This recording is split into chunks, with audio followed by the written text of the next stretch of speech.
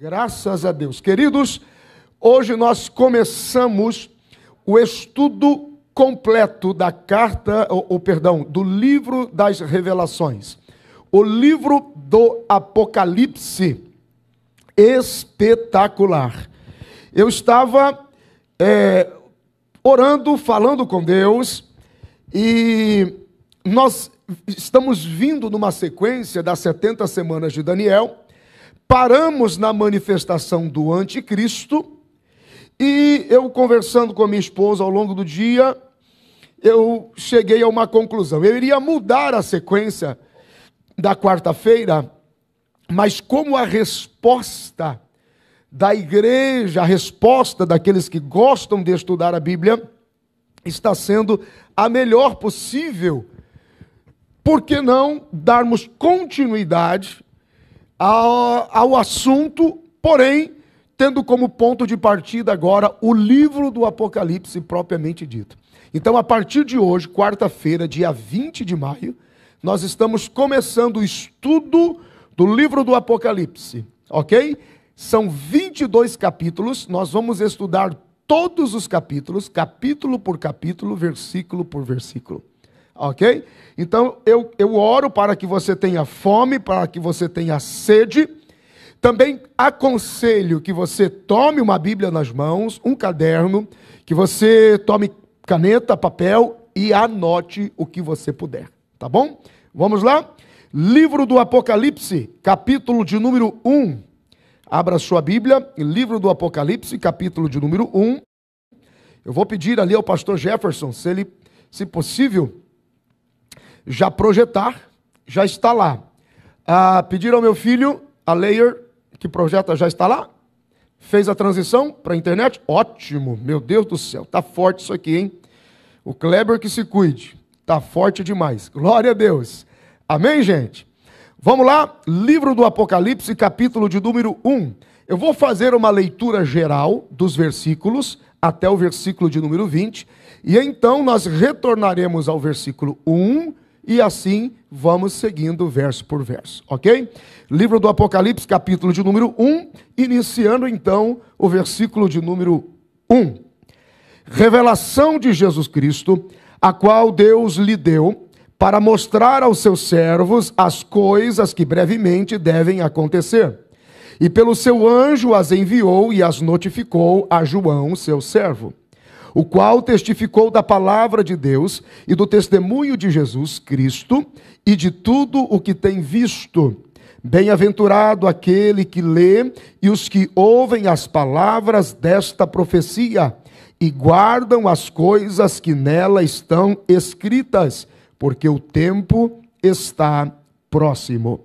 João, as 7 igrejas que estão na Ásia, graça e paz seja convosco, da parte daquele que é, e que era, e que há de vir, e dos 7 espíritos que estão diante do seu trono, e da parte de Jesus Cristo, que é a fiel testemunha, o primogênito dentre os mortos e o príncipe dos reis da terra, aquele que nos amou e em seu sangue nos lavou dos nossos pecados e nos fez reis e sacerdotes para Deus e seu Pai.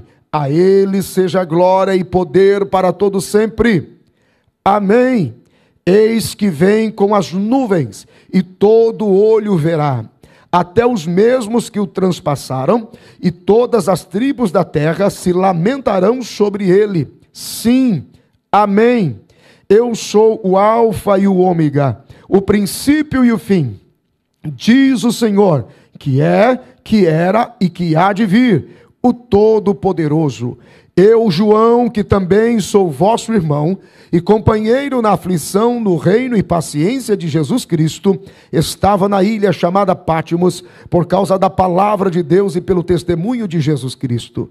Eu fui arrebatado no Espírito no dia do Senhor e ouvi de trás de mim uma grande voz como de trombeta, que dizia: Eu sou o Alfa e o Ômega, o primeiro, o derradeiro. O que vês, escreve no livro e envia às 7 igrejas que estão na Ásia: a Éfeso, Esmirna, a Pérgamo, Tiatira, a Sardes, a Filadélfia e a Laodiceia.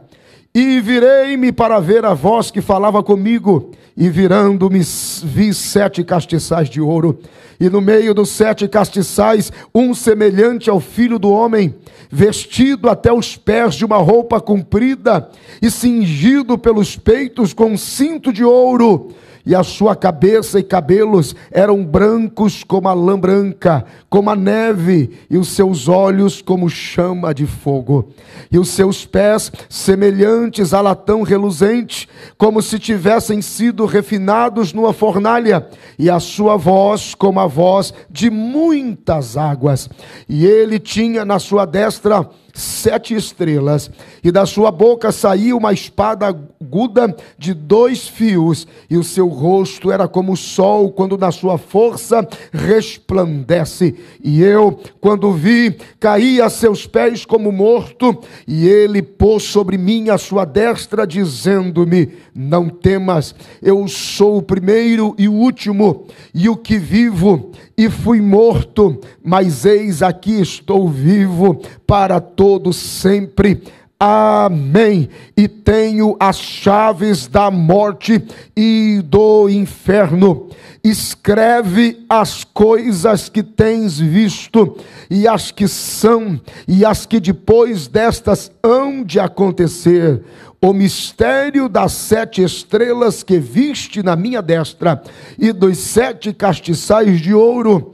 As 7 estrelas são os anjos das 7 igrejas, e os 7 castiçais que viste são as 7 igrejas. Aleluia! Diga glória a Deus. Se você nunca leu o livro do Apocalipse, pelo menos no capítulo 1 completo você acabou de ler. Olha que riqueza vai ser essa quarta-feira da palavra, aprendendo todo o livro do Apocalipse, ok? Vamos voltar, por favor, lá no versículo de número 1. Começamos a nossa jornada apocalíptica. Queridos, a sua Bíblia deve ter um tema, um título bem grande na parte de cima, escrito assim, ó: Apocalipse de João. Algumas versões bíblicas fazem um acréscimo à pessoa de João com relação ao Apocalipse, e você lê assim: Apocalipse de João, o teólogo. Curioso, não? No mínimo curioso. Sim, o Apocalipse é de João, foi dado a João por revelação na ilha de Patmos, porém, o livro trata, na verdade, do mistério escondido de Deus. O livro do Apocalipse é a revelação máxima da pessoa de Jesus Cristo, no que era, no que é e no que há de vir. Eu posso dizer, sem medo de errar, com toda a convicção no meu espírito, que para o crente, para o cristão, para o filho de Deus, eu não sei qual é a nomenclatura que te dá maior conforto, ok?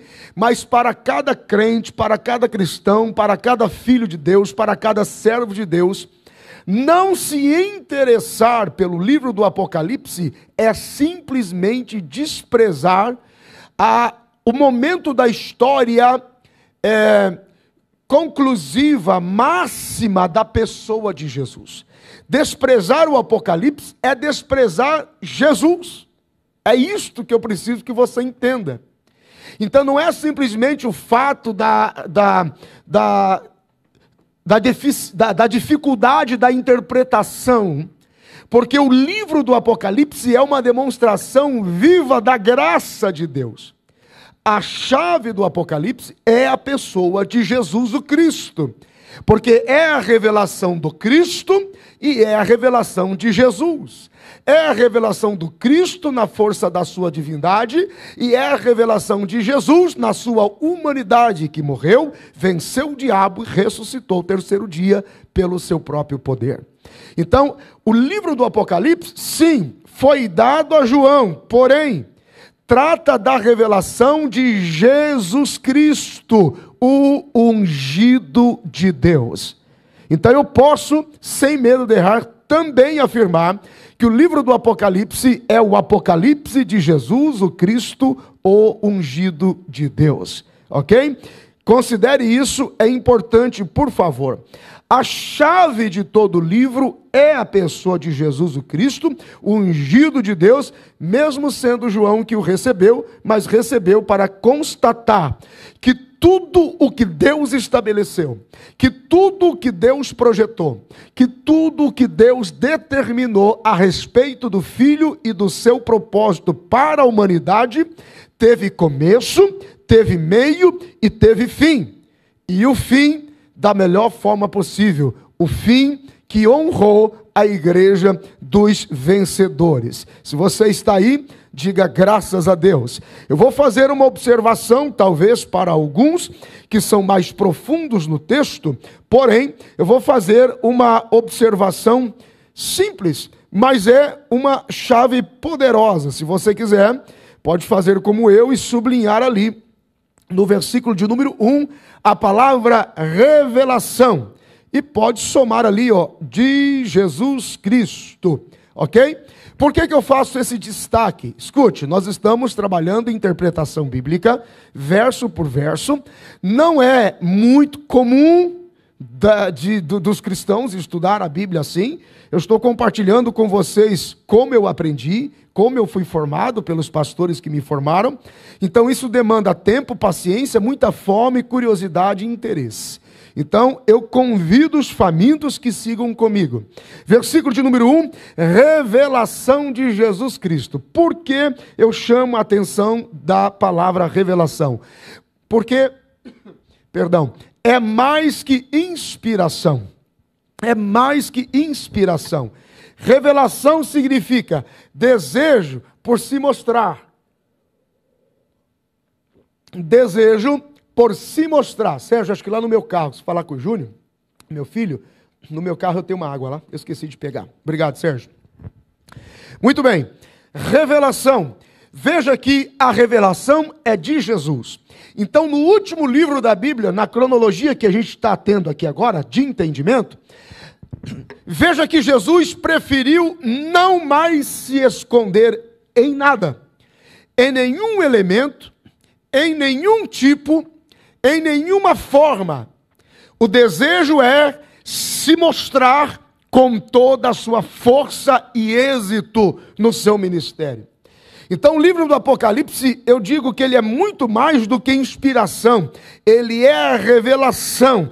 Ele é a máxima de Jesus o Cristo, ungido de Deus, que deseja não estar oculto, não estar escondido, não estar envolto em sombras, mas ele se revela como se ele estivesse dizendo aos seus servos, como se ele estivesse dizendo aos seus discípulos, como se ele estivesse dizendo à sua igreja: aqui estou eu, veja quem eu sou, veja como eu comecei, veja por onde eu passei e veja no que eu me tornei, porque agora ele está em glória, glorificado e com autoridade. A palavra revelação está dizendo para nós: eu não quero ficar escondido e que não seja confuso, mas compreendido, revelado. Eu quero me mostrar. De alguma forma, Jesus está dizendo: eu não quero mais ser uma rocha ambulante pelo deserto. Eu não quero mais ser uma nuvem. Eu não quero mais ser uma coluna de fogo. Eu não quero mais tipos. Eu não quero mais símbolos. Eu não quero mais falar nas entrelinhas. Eu não quero mais falar na relatividade. Eu quero me mostrar em toda a minha totalidade, glória, graça, poder e força. É mais do que uma inspiração, é a revelação da pessoa de Jesus, que é o Cristo, o ungido de Deus. Diga glória a Deus. Aqui nós temos a revelação daquele que estava escondido no seio do Pai. E agora aquilo que era um secreto, que era um mistério escondido, ele está em um corpo glorificado. E foi da vontade de Deus habitar no corpo do Filho e habitar por toda a eternidade.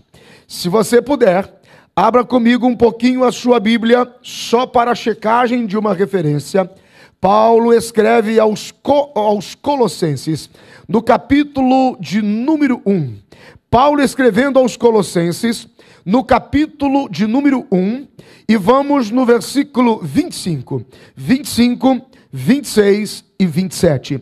Da qual eu estou feito ministro, segundo a dispensação de Deus, que foi concedida para, olha só, que foi concedida para convosco, para cumprir a palavra de Deus. O mistério que esteve oculto desde todos os séculos e em todas as gerações, e que agora foi manifesto aos seus santos, aos quais Deus quis fazer conhecer quais são as riquezas da glória deste mistério entre os gentios, que é Cristo em vós, a esperança da glória. Diga graças a Deus, aleluia. Aqui está a revelação deste Cristo, Jesus, o Cristo, o ungido de Deus, o mistério que estava no seio do Pai e que agora está revelado para os seus servos, para os seus discípulos. Então, de uma forma bem prática, bem sintetizada, o versículo de número 1 fala desta revelação. A chave está aqui na cadeira, meu filho, se precisar, tá? Fala da revelação de Cristo, ok? Fala da revelação deste Cristo na sua divindade. Filho de Deus, verbo de Deus, o mistério escondido. E temos também o testemunho de Jesus, para mostrar aos seus servos. Veja que ele não desejou ficar oculto ou escondido. Então nós temos a revelação de Cristo e o testemunho de Jesus, que venceu a Satanás, morreu e ressuscitou, e a ele seja glória para sempre. Nós encontramos duas fortes revelações e manifestações deste Jesus, o Cristo ungido de Deus, no livro do Apocalipse. É a figura do Cordeiro e a figura do leão. Como cordeiro, ele se entregou por amor à humanidade. E como leão, ele venceu a Satanás, morreu e ressuscitou ao terceiro dia. Ele venceu o diabo. Diga graças a Deus por isso. Versículo de número 2. Apocalipse, capítulo de número 1, versículo de número 2. O qual testificou da palavra de Deus e do testemunho de Jesus Cristo e de tudo o que tem visto. Queridos, Jesus é o verbo de Deus, a palavra de Deus. E ele está revelado, manifestado, é o testemunho de Jesus. Antes este verbo era só o verbo do mistério escondido no seio do Pai. Mas agora ele não só tem corpo, é o testemunho de Jesus. É o testemunho daquele que viveu, morreu, venceu o diabo, ressuscitou ao terceiro dia. E é o testemunho da palavra de Deus em Cristo, por Cristo, que é o verbo de Deus revelado. Esse Cristo sobrenatural agora, esta arca que contém o verbo, a palavra de Deus, João o vê. Já não o vê mais como um homem natural o vê. Mas João está envolvido no mistério da eternidade. João está envolvido no ambiente da eternidade. Então tudo que João vê, ele vê em 3 dimensões. Precisa entender comigo algo aqui, queridos. João foi elevado ao nível do Kairós de Deus, que é o tempo da eternidade de Deus. João foi elevado ele teve acesso, eu digo que ele teve um acesso VIP ao ambiente da eternidade, que acontece no que é, no que era e no que há de vir. Então João é elevado ao nível de compreensão do kairós de Deus em ambiente de eternidade para entender o Apocalipse. É por isso que às vezes você vê João usando uma linguagem que parece passado. Em outro momento, João está usando uma linguagem que ainda vai ser o futuro. E em outros momentos ele está tão presente, tão atual na sua narrativa, que parece que ele está falando de um negócio que é para hoje. Você está entendendo? Então João está envolvido. O testemunho de Jesus, que o versículo de número 2 trata, volte de novo comigo, por favor, no versículo de número 2. O qual testificou da palavra. Eu dou testemunho da palavra, do testemunho de Jesus e de tudo que tem visto. Tudo isto foi processado no ambiente do que é, no ambiente do que era e no ambiente do que ainda há de vir. João está absorvido pela eternidade. Ele está tendo acesso para ver tudo como Deus vê, porque Deus caminha na eternidade. Deus caminhar na eternidade significa que tudo que Deus vê, tudo aquilo para onde Deus olha, toda a direção de Deus está em passado, presente e futuro sendo a mesma coisa. João precisa dessa autorização para ver o Apocalipse. Ele está vendo no ambiente do Kairós e não no ambiente do Cronos, que é o ambiente do homem, o ambiente do nosso tempo presente, da nossa realidade do tempo, ok? Da mesma forma foi Daniel. Antes de João ver, antes de João contemplar, Daniel também foi visitado na capacidade de ver a eternidade no ambiente do Kairós. E a mente de Daniel foi absorvida pela dimensão da eternidade. A diferença entre Daniel e João é que João viu a partir do estágio do que é da eternidade. Se você não se esforçar, você vai achar que é complexo. E não é, é fácil. Presta atenção. A diferença entre João e Daniel é que João viu a visão a partir do que é, em 3 dimensões, do que era e do que há de vir. Daniel, porém, só viu no ambiente do futuro, do que será dentro da eternidade. Daniel, olha só que coisa interessante, 435 anos antes da encarnação do Verbo, já vislumbrou o Verbo encarnado e o Verbo glorificado. Oh, meu Deus do céu, é por isso que eu amo a palavra de Deus. Tem que se esforçar um pouquinho. Vamos lá de novo. Quer ler a Bíblia? Vamos ler a Bíblia. Livro de Daniel, capítulo de número 10. Vamos lá que fica mais fácil para vocês entenderem o que eu estou falando. Livro de Daniel, capítulo de número 10. Pega lá, vamos lá.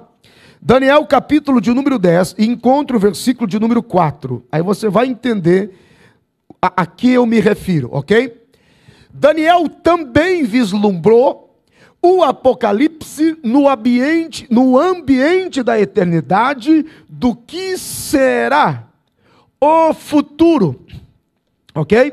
435 anos antes da encarnação do Verbo, Cristo, João capítulo 1, o Verbo era Deus, o Verbo estava com Deus. 435 anos antes da encarnação do Verbo, Daniel viu o Verbo encarnado, morto, ressuscitado e glorificado. Só que ele viu nesta proporção. Abra a Bíblia comigo, o livro do profeta Daniel, capítulo de número 10, e vá ao verso de número 4 a seguir, ok? Aqueles que amam a Bíblia, se você ama tanto quanto eu não sei você, mas devem estar apaixonados por essa reunião. Versículo de número 4, Daniel capítulo 10. E no dia 24 do primeiro mês, eu estava à borda do grande rio Hidekel. Nós estamos usando uma versão Não sei se ela está, eu acho que está pelo menos 95%, né, pastor? Compatível, né? Com a minha, então isso é muito bom. Vamos lá, versículo 5. Olha Daniel, olha a visão de Daniel no ambiente futuro do que será. E levantei os meus olhos, e olhei, e eis um homem vestido de linho. Olha a semelhança da visão de João. Aí alguém vai dizer assim, não, é porque João tinha na mente a figura de Jesus. Na figura do que era, sim. Mas a associação do que é em relação ao que será, só a eternidade deu para ele. Isso foi antecipado 435 anos antes do verbo encarnado da pessoa de Daniel. Então olha lá, vamos lá que você, se você gosta de ler, você vai ver a conexão. Levantei os meus olhos e olhei, e eis um homem vestido de linho, e os seus lombos cingidos com ouro fino de ufaz. E o seu corpo era como berilo, o seu rosto parecia um relâmpago, os seus olhos como tochas de fogo, os seus braços e os seus pés brilhavam como bronze polido, e a voz das suas palavras era como a voz de uma multidão. E só eu, Daniel, tive aquela visão. Os homens que estavam comigo não a viram. Contudo, caiu sobre eles um grande temor e fugiram, escondendo-se. Fiquei, pois, eu só a contemplar esta grande visão, e não ficou força em mim. Transmudou-se o meu semblante em corrupção, e não tive força alguma. João diz que ele cai e fica quase como morto. Veja que é a mesma por antecipação, porém em um outro ambiente, mas tudo dentro do Kairós. Versículo 9. Contudo, ouvi a voz das suas palavras, e ouvindo o som das suas palavras, eu caí sobre o meu rosto num profundo sono com o meu rosto em terra. E eis que certa mão me tocou, e fez com que me movesse sobre os meus joelhos e sobre as palmas das minhas mãos. E me disse, Daniel, homem muito amado, entende as palavras que vou te dizer, e levanta-te sobre os teus pés, porque a ti sou enviado. E falando ele comigo esta palavra, levantei-me tremendo. Então me disse, não temas, Daniel, porque desde o primeiro dia em que aplicaste o teu coração a compreender e a humilhar-te perante o teu Deus, são ouvidas as tuas palavras, e eu vim por causa das tuas palavras. Mas o príncipe do reino da Pérsia me resistiu 21 dias, e eis que Miguel, um dos primeiros príncipes, veio para ajudar-me, e eu fiquei ali com os reis da Pérsia. Agora vim para fazer-te entender o que há de acontecer ao teu povo nos derradeiros dias, porque a visão é ainda para muitos dias. E falando ele comigo estas palavras, abaixei o meu rosto para a terra e emudeci. E eis que alguém semelhante aos filhos dos homens tocou-me os lábios. Então abri a minha boca e falei, dizendo àquele que estava em pé diante de mim, Senhor meu, por causa da tua visão, sobrevieram-me dores e não me ficou força alguma. Como, pois, pode o servo do meu Senhor falar com o meu Senhor? Porque quanto a mim, desde agora não resta força em mim, e nem fôlego ficou em mim. E aquele que tinha a aparência de um homem, tocou-me outra vez e fortaleceu-me, e disse, não temas, homem muito amado, paz seja contigo, anima-te, sim, anima-te. E falando ele comigo, fiquei fortalecido e disse, fala meu Senhor, porque me fortaleceste. E ele disse, sabes por que eu vim a ti? Agora, pois, tornarei a pelejar contra o príncipe dos persas, e saindo eu, eis que virá o príncipe da Grécia. Mas eu te declarei o que está registrado na escritura da verdade, e ninguém há que me anime contra aqueles, senão Miguel, vosso príncipe. Deus seja louvado pela palavra de Deus. Gente, oh meu Deus, é maravilhoso isso aqui. Olha só, a mesma revelação em ambiente do Kairós também foi dado a Daniel, porém, diferente de João que viu em 3 tempos, Daniel viu a manifestação do verbo encarnado, a sua manifestação, morte, ressurreição, glorificação em autoridade e em poder. Glória a Deus. Versículo de número 3 do Apocalipse 1 agora. Apocalipse de número 1, versículo de número 3. Bem-aventurado aquele que lê. ok? E os que ouvem as palavras desta profecia e guardam as coisas que nela estão escritas, porque o tempo está próximo. Bendito seja o nome do Senhor. A impressão que nós temos aqui, quando João diz, bem-aventurado aquele que lê, e bem-aventurado os que ouvem as palavras, percebem? Um lendo, muita gente ouvindo. Um lendo, singular. Muitos ouvindo, coletividade. Parece que de alguma forma João estava dizendo, leia isso em voz alta e leia para que uma grande multidão de pessoas ouça, porque bem-aventurados são os que ouvem. Bem-aventurados são os que ouvem. Por que ele chama a atenção da bem-aventurança quanto ao ouvir? Porque aquele que ouve na atitude de bem-aventurado é aquele que ouve e guarda no seu coração. A palavra a expressão bem-aventurado, ela é traduzido como comumente, de forma comum. A expressão bem-aventurado é traduzido por feliz. Feliz é o homem, feliz a mulher, que aponta ou indica felicidade. Na verdade, bem-aventurado, na raiz, da sua raiz do grego, para a aplicação prática, significa feliz é aquele, ou sorte é de quem, ou Deus é aquele que provê e a fonte de onde flui todas as bênçãos.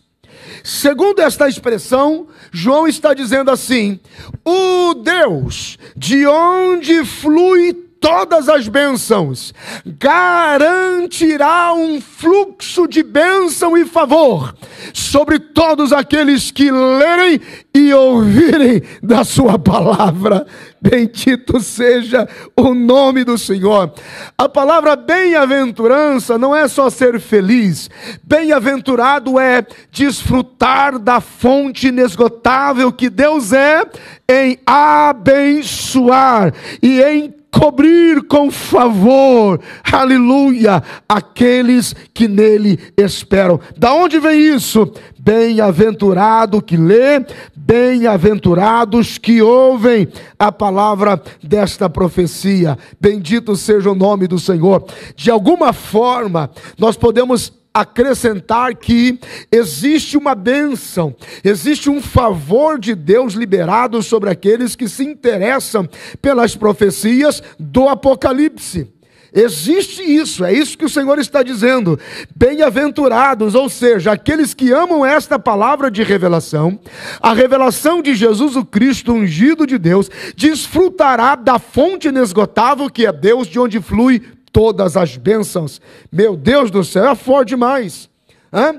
E se você puder observar, nós temos dois verbos aqui no versículo 3, que é ler e ouvir. Se você quiser, destaque ali, ler e ouvir. Temos dois verbos aqui, cadê minha caneta? Está aqui, ó. Eu estou com a minha canetinha aqui, ó. Dois verbos que vale a pena destacar: ler, bem-aventurados que ouvem, ouvir, ler e ouvir. E isso está numa ação do presente. Significa que não é um exercício isolado ou apenas um exercício único, mas um exercício com prática religiosa, no sentido de recorrência, no sentido de ser repetido regularmente, especialmente no dia do Senhor. Agora eu vou te dar uma chave. Olha só. Rapaz, um estudo desse aqui tinha que valer pelo menos uns $5.000, mas vai de graça. Aí, quem me conhece sabe o que eu estou dizendo, porque dá trabalho. Mas vamos lá, escute o que eu vou te falar, pega isso.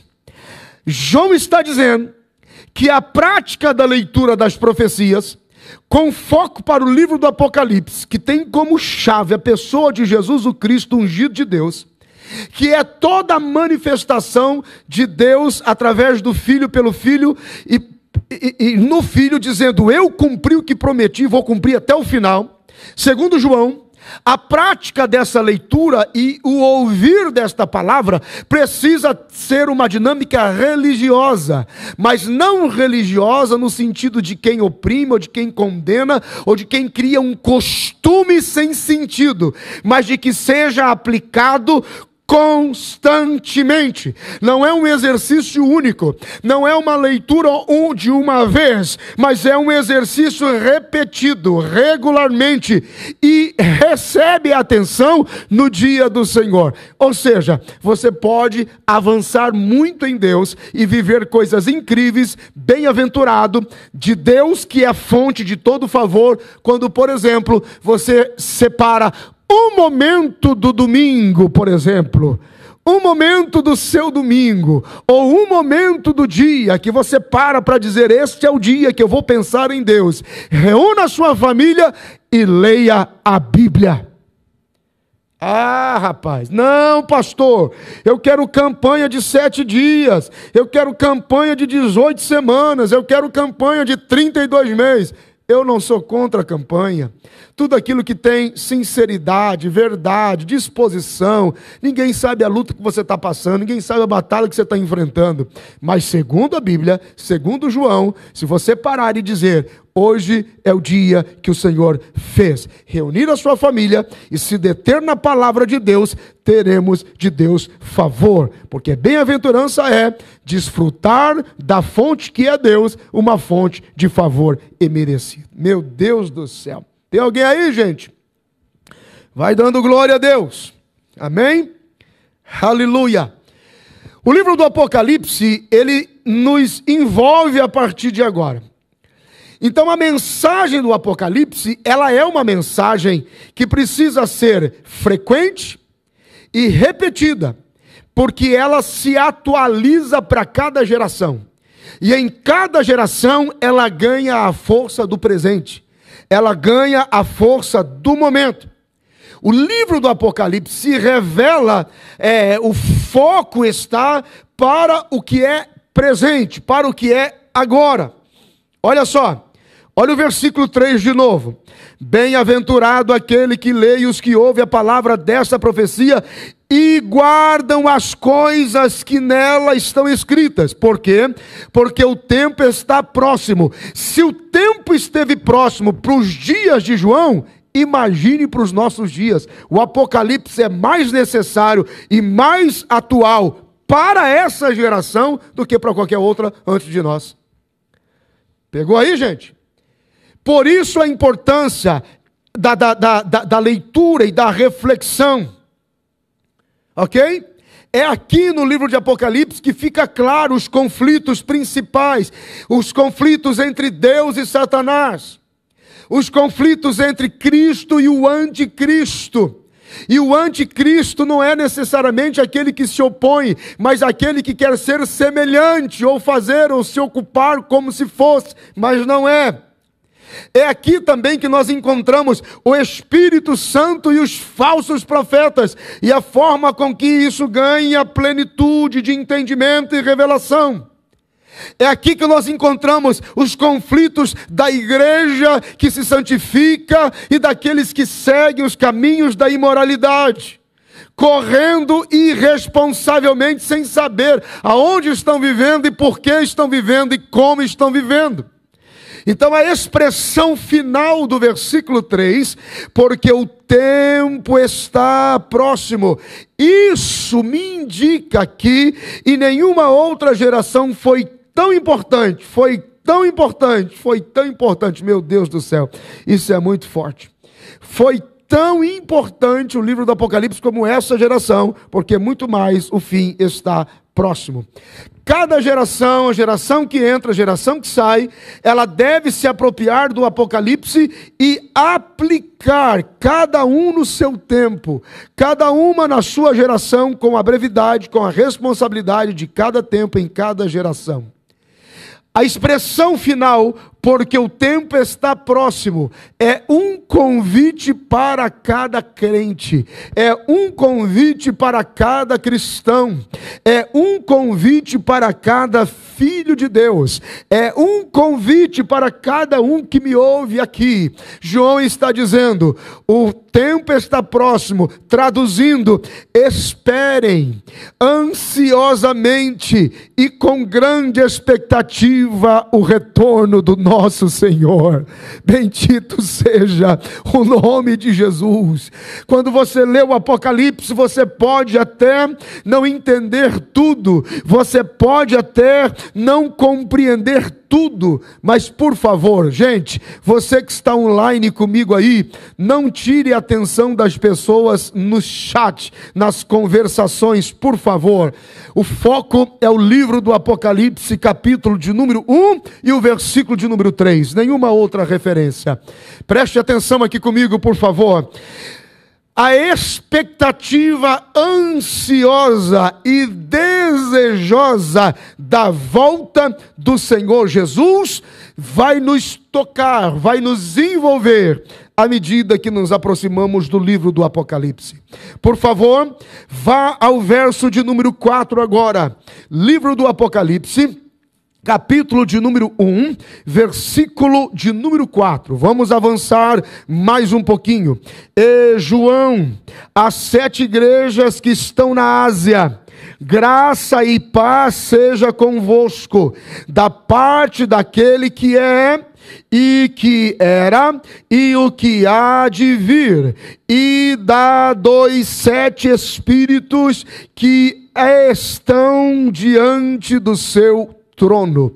Gente, presta atenção, especialmente aqui, nossos membros da Abba Church em Marlboro, New Hope em Melrose, você que é membro fiel virtual das nossas transmissões, não se distraia, não se distraia.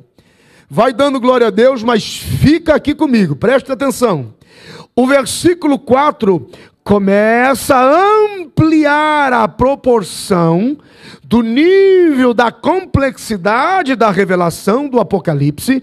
Os elementos que estão aqui no versículo 4 já são elementos de horas de discussão. Então eu vou buscar simplificá-los da melhor forma possível, ok? Então preste atenção, o que é que nós temos no versículo 4? João, as 7 igrejas que estão na Ásia, já envolve as igrejas da Ásia. Presta atenção nessa expressão que passa desapercebido por muitos, achando que é apenas uma saudação. Sublim, graça e paz. Graça e paz seja convosco da parte daquele que é, que era, que há de vir. Hã? Não, pastor, é só uma saudação de abertura. É só uma saudação de início. Não, gente. É por isso que eu preciso que você seja disciplinado comigo. Não é uma saudação de abertura. Eu vou ler de novo. Como eu não vou tratar as 7 igrejas da Ásia agora, eu vou tratar nos capítulos seguintes, 2 e 3. Deixa eu chamar atenção sobre graça e paz. Graça e paz da onde? Graça e paz seja convosco. Graça e paz da onde, gente? Graça e paz de quem? Daquele que é, que era, que há de vir. Você vai descobrir no final do capítulo que trata-se da pessoa de Jesus Cristo, que aqui, nesse primeiro momento, está sendo manifestado, revelado no Pai, diante do trono do Pai. Você vai entender por que os 7 espíritos estão diante do trono. Existe todo um propósito. Então vai lá, para aqueles que amam conhecer da palavra de Deus. O que o versículo 4 está dizendo quando, eu volto a destacar, eu estou sendo repetitivo e até lento, porque eu preciso que amanhã ou depois vocês consigam ensinar isso para os seus filhos e para os seus netos, se Jesus demorar um pouquinho. Vou de novo. Graça e paz seja convosco da parte daquele que é, que era e o que há de vir. O que essa expressão está dizendo, gente? significa que aquele que venceu, oh meu Deus, aquele que morreu, ressuscitou o terceiro dia pelo seu próprio poder, que venceu o diabo. Ele está dizendo assim, ó, a graça e a paz venceram. Oh, rapaz, não, isso tem que significar alguma coisa para você? Ele está dizendo, ó, eu estou enviando uma revelação de futuro, e eu estou em paz, eu estou cheio de graça, e eu tenho paz para dizer para vocês que no final tudo termina bem. Então recebam graça e recebam paz, porque eu estou nessa condição. O que era, o que é e o que há de vir, está dizendo, está tudo em paz. Se é importante para Deus, se é importante para Jesus o Cristo, o ungido de Deus no Apocalipse, se é importante também para nós, ainda que a nossa vida, ainda que estejamos provados, angustiados, aflitos, atribulados, meu Deus do céu, é importante chegar para os nossos irmãos e familiares e dizer, paz seja convosco, que a graça de Deus te envolva. Paz, meu irmão, a paz do Senhor, meu irmão, a paz de Cristo, meu irmão, porque você está dizendo, no final vai terminar tudo bem, porque Deus está no controle absoluto de todas as coisas. Tem alguém aí? Diga alguma coisa. Diga amém, diga aleluia. Ele está dizendo, graça e paz, bendito seja o nome do Senhor. Queridos, aqui no versículo de número 4, dá uma olhadinha ali, é a primeira vez, é a primeira ocorrência, se você quiser observar, eu vou fazer aqui a minha observação, é a primeira vez que a palavra 7, escreve ali, sublinhe, a palavra 7, ou o número 7, tá? Ocorre no livro do Apocalipse, e isto fala de completude. Isso fala de plenitude. Deus está dizendo, apesar de nós não termos a capacidade de ler tudo, Deus está dizendo que do começo ao fim, aqueles que confiam nele desfrutarão de graça e paz. Bendito seja o nome do Senhor. Agora, eu quero que você entenda uma coisa interessante aqui, ó. Lá na parte final do versículo 4, para aqueles que estão estudando comigo, por favor, lá na parte C, a parte final do versículo 4 diz assim, ó, e dos 7 espíritos que estão diante do seu trono, os 7 espíritos que estão diante do seu trono. Querido, estes 7 espíritos aqui, se você procurar a expressão Espírito Santo, você não vai encontrar, mas você encontra os 7 espíritos de Deus. Estes 7 espíritos que estão diante do seu trono, eles formam a plenitude, é a abundância do Espírito Santo, é a manifestação do Espírito Santo na sua totalidade, na sua força, na sua plenitude. O Espírito Santo que operou em Jesus, operou na força dos 7 espíritos. Quando você lê o livro do profeta Zacarias, vai um pouquinho comigo lá, para os que gostam de estudar, vai no livro do profeta Zacarias e encontre o capítulo de número 4, por favor, vai lá, livro do profeta Zacarias, capítulo de número 4, e vamos destacar aqui, ó, os versículos de número 2, e vamos destacar o versículo de número 6, ok? Primeiro, Zacarias, capítulo de número 4, versículo de número 2. E disse-me, que vês? E eu disse, olho, e eis que vejo um castiçal todo de ouro, e um vaso de azeite no seu topo, com as suas 7 lâmpadas e 7 canudos, um para cada uma das lâmpadas que estão no seu topo. Esse castiçal, o Espírito Santo de Deus, com a força dos 7 Espíritos de Deus, que flui na totalidade, significa a abundância do Espírito Santo. Olha o versículo 6 de Zacarias 4, agora o verso 6. E respondeu-me dizendo: esta é a palavra do Senhor a Zorobabel, dizendo: não por força, nem por violência, mas pelo meu Espírito, diz o Senhor dos exércitos. Bendito seja Deus. Esse Espírito está diante do trono de Deus. Por que que ele está diante do trono de Deus? Deus, ele reina sobre a terra no poder dos seus 7 Espíritos. Escreve aí que essa observação é importante. Deus reina sobre a terra. E não é por força nem por violência, não é pelo poder terreno que Deus se move. Deus se move pelo poder dos seus 7 Espíritos. O Espírito Santo, na sua abundância, Deus se move pela manifestação, pela revelação dos seus 7 Espíritos. Só que você precisa fazer uma conexão, embora a gente não vá para lá agora. João, quando ele declara estes 7 Espíritos aqui, no final do versículo de número 4, e que parece apenas uma saudação, de alguma forma João está também se apoiando na revelação do profeta Zacarias, ok? Ele está se apoiando aqui.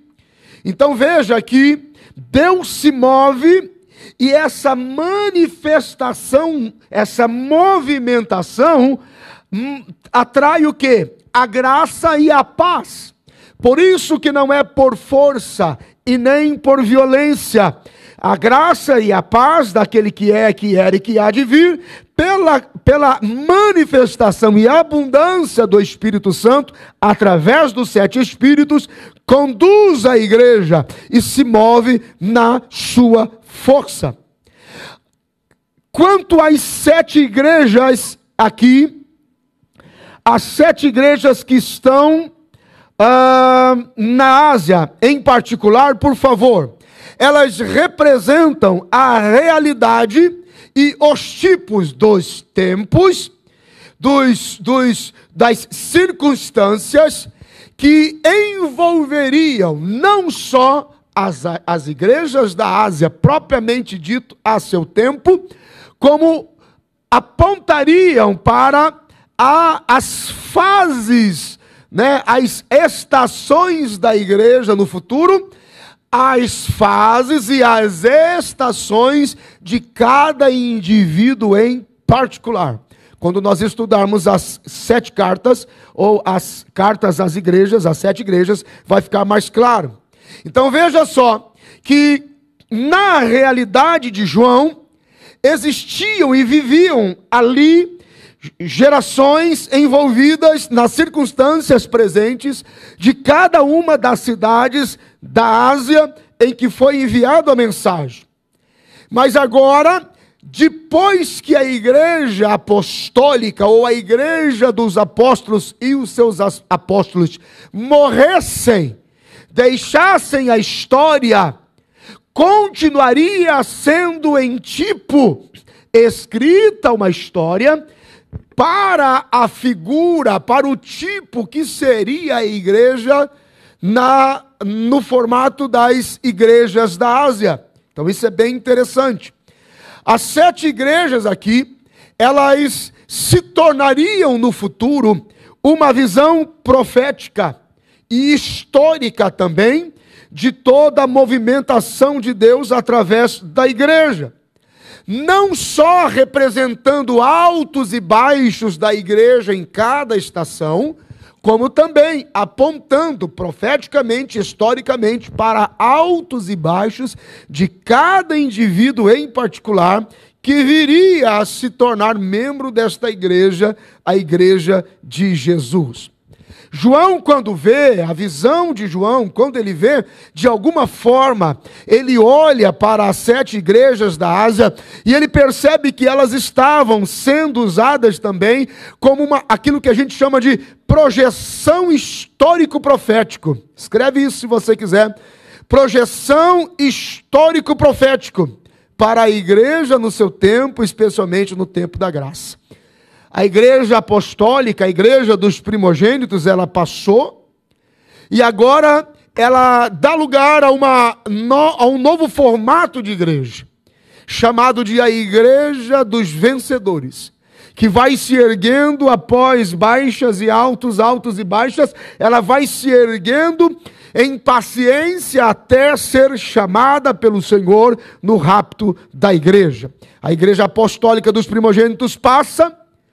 Ela está já escondida em Deus e na esperança da manifestação, mas agora a igreja que viria, essa igreja que eu e você pertencemos, a igreja que se tornaria a igreja militante deste tempo, ela precisaria de modelos, ela precisaria de um exemplo, de um modelo, de uma sombra da revelação de Cristo em seus dias, que apontasse para os dias da igreja de hoje, e então nós pudéssemos, com cabeça erguida, olhar para a história dos que foram, e entender que nós também poderemos sermos vitoriosos e vencedores por Cristo Jesus, nosso Senhor. Aleluia! Versículo 4, na parte final: e dá 7 espíritos que estão diante do trono de Deus. Esses espíritos, ou esses 7 espíritos, que fala da abundância, estes 7 espíritos passam a operar em Jesus a partir do batismo de João.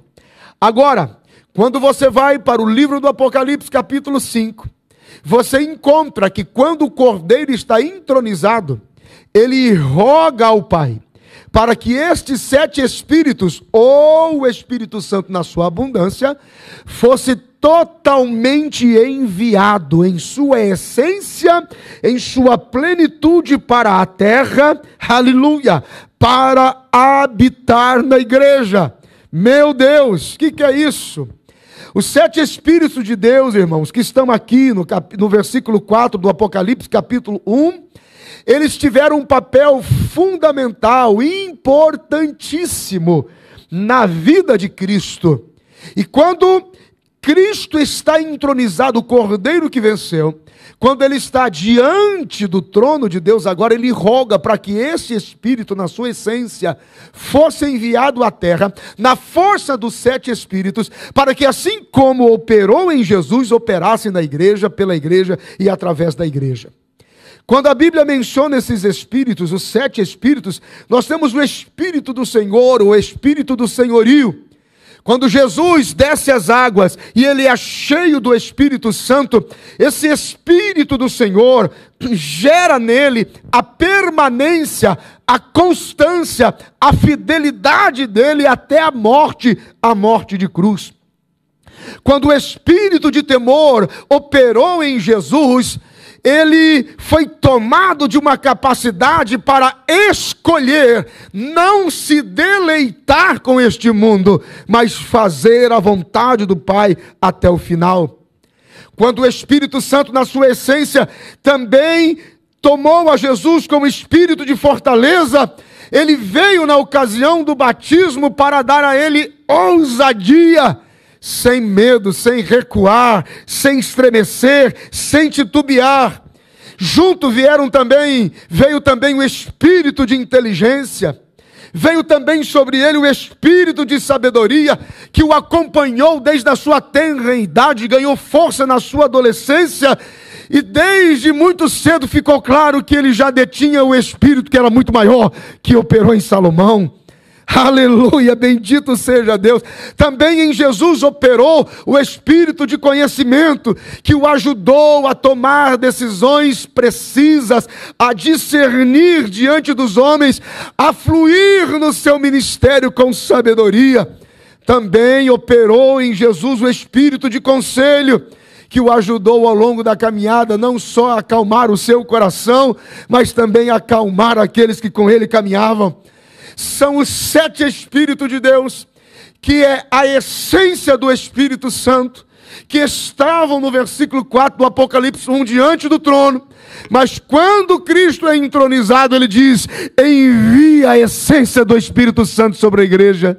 Então você que me ouve aí em casa, em nome de Jesus, este mesmo Espírito Santo opera em você, no Espírito do Senhor, no espírito do temor, no espírito de fortaleza, no espírito de inteligência, no espírito de sabedoria, no espírito de conhecimento, no espírito de conselho, que você comece a fluir através desta essência do Espírito Santo, porque foi isto que ele disse aos seus servos, aos seus discípulos: não vos deixarei órfãos, mas rogarei ao Pai que vos envie um outro Consolador, o Espírito Santo, aleluia, para que permaneça com vocês e esteja com vocês todos os dias, aleluia, por intermédio do Espírito Santo, até a consumação dos séculos. Diga glória a Deus aí onde você está. Aleluia. Nós vamos concluir esta parte do Apocalipse aqui, do capítulo de número 1. Hoje nós conseguimos avançar do versículo 1 ao versículo 4. De uma forma bem tranquila, porque eu quero que você pegue gosto de estudar a Bíblia e que você se apaixone, especialmente pelo livro do Apocalipse, que é um livro de revelação.